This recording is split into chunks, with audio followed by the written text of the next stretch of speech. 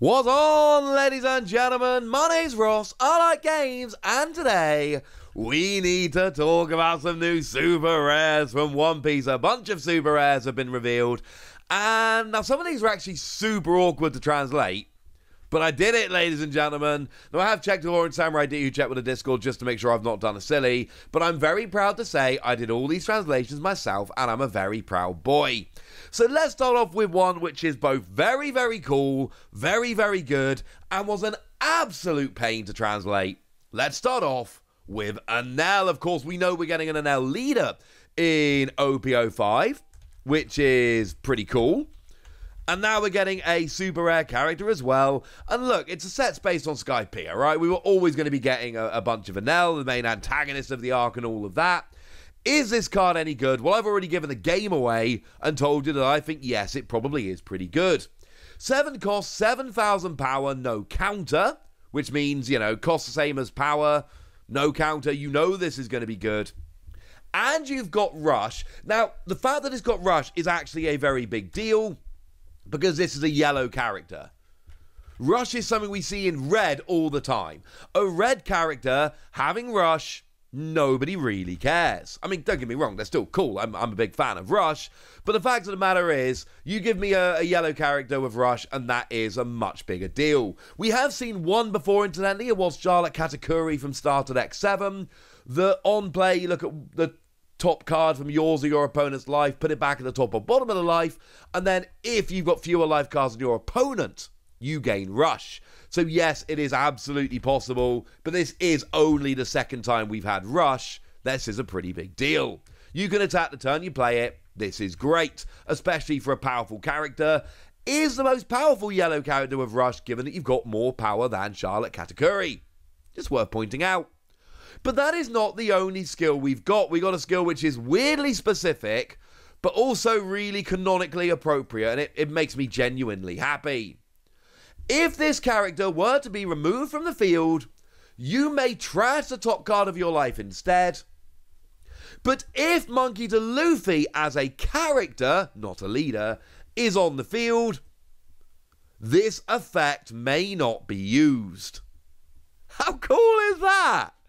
I suppose very, very, very, very mild spoilers here.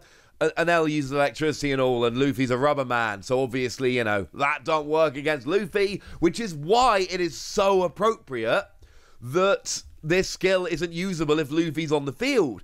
Also, seriously, reading that manga has done wonders for me being able to cover this card game. But this is awesome and wonderful and brilliant, and I really like it. Now, the wording seems to imply removed from the field in any way, i.e. KO'd, or return to deck, or return to hand, which is why I think this card is so good. Because cards that can't be KO'd, well, you can still return it to hand. And cards that can't be returned to hand, you can still be KO'd or returned to the deck. The theory here is that basically you stop it in any way, but it doesn't work if Luffy's on the field. Although, again, worth pointing out that it is Luffy character, not Luffy as a whole. It specifically says that on the card. And it's weird to me that I had to basically learn how to translate cards from Japanese to English and read over 1,000 issues of the manga. But hey, now I can look at this card and know exactly what's going on. I really like this card.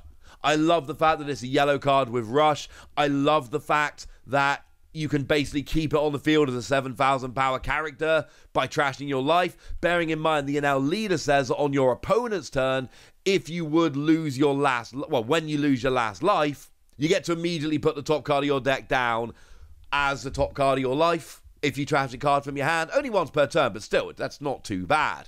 Just bear in mind that only activates on your opponent's turn. So if you give up your last life to activate this skill, your leader, assuming you're playing an L, which I'm making that assumption, that's not going to then activate on your opponent's turn because you have no life, you have been warned. Either way, great card, big fan. One that was much easier to translate, but I still think is very, very good. We've got ourselves a secret rare Sabo and its Revolutionary Army, and I think I've been pretty clear on this channel so far that I am very, very excited about the Revolutionary Army. That is what I'm excited to build when OP-05 drops. And what we got here is 6 cost, 7,000 power, no counter, boo hiss, etc. And on play, KO up to 2 characters with a combined power of 4,000 power or less. It literally says total power of 4,000 or less in Japanese. Right before it says 4,000, it says Gokeka, which is basically combined or total.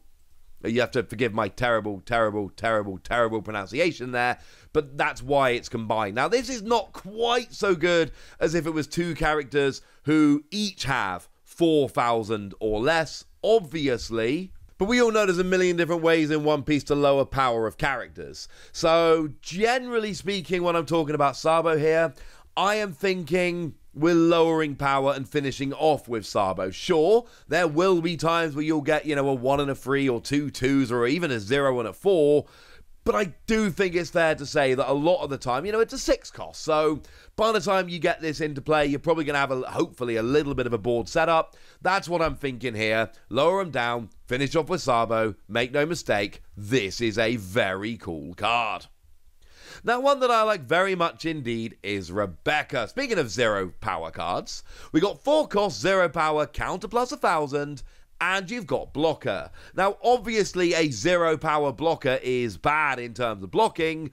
I mean, look, you'll still get the block, don't get me wrong, but that's it. You get like 1 block. And unless you found a way to seriously boost your power up, the reality is you're going to get 1 block in, and then you're going to be KO'd. But that's all right, because you've gone and got yourself a block in the first place. And actually, regardless, you got the block in. That's kind of nice. It's a nice blocker, but it's also kind of a little bit sad that with 0 power, you're going to kind of block and run away. And Rebecca's powerful. The whole conceit of Rebecca was that she never fought back. She was just really, really good at, like, dodging and countering and all of that. So, I don't know, I'd give her a bit more power. That's not the point. Because we've also got a skill here on play. Return up to 1 black character other than Rebecca with a cost of between 3 and 7 from your trash to your hand. Then play a 3 cost or lower black character from your hand to your field rested. Yeah, this one was a bit of a pain with the translation, I'm going to be honest with you. But the fact of the matter is, you get to get a character back. Now, it's 3 to 7 costs, not 1 or 2, 8, 9 or 10. But they're making... The thing about card design is, they look at this and they go, being able to bring back any character is a bit too good. Well, it's the little ones and the big ones that are going to make the most impact. Let's go 3 to 7. Let's try and kind of, temper it a little bit. And then you get to play a 3 cost or less black character from your hand to the field rested. Well, bearing in mind, I've been telling you all that in OP-04 there is a very, very strong argument that the actual best deck in the game is Rebecca. Whitebeard came back in a big way, so it's Rebecca or Whitebeard. But the point is, Rebecca is a phenomenal card. Alright? Absolutely phenomenal card. Leader, wins a bunch of tournaments, won huge tournaments in Japan. So, yeah. This kind of makes perfect sense. Don't forget, of course, that the whole point of the Rebecca leader is that you are able to search out your Dressrosa cards. That's what Rebecca does. If you have 6 or fewer cards in hand, look at the top 2 cards of your deck, find a Dressrosa, add it to your hand. So even if you're not returning the cards you want from the trash to your hand, you're still going to be able to probably play the cards you want from your hand. And then there's so many other low-cost cards in that Rebecca deck that everybody loves. So, yeah. This, if you're playing that Dressrosa deck, and like I say, it's maybe the best deck in the OP-04 format, well, this obviously is Dressrosa, and you've got a blocker that returns cards to your hand and lets you play a card for free. Yeah, I don't see why you wouldn't play this. This is a ridiculous card in Dressrosa decks. These are very good cards, incidentally. I warned you at the beginning of the video. And then we finish off with Borsalino. 7 cost, 8,000 power, no counter. And then on play, place up to 1 character with a cost of 4 or less to the bottom of its owner's deck. It's fine. But I will say there's a reason I left this one till last. I don't think this is a bad card, but I do think the 3 I've looked at up till now have the chance to be like genuinely great cards. And this one it's fine. It's pretty powerful, but the power isn't over the top, bearing in mind the cost. This is fine. And it's not got a counter. And the skill is good for removal, and we all know that blue plays a bunch of removal. But, like, this is a 7 cost, and I know it's a bit more expensive. I understand. But, you know, in OP-04 we have blue Kaido, and sure, blue Kaido is a 10 cost, but it's got 12,000 power, and it gets an 8 cost or less, and a 3 cost or less.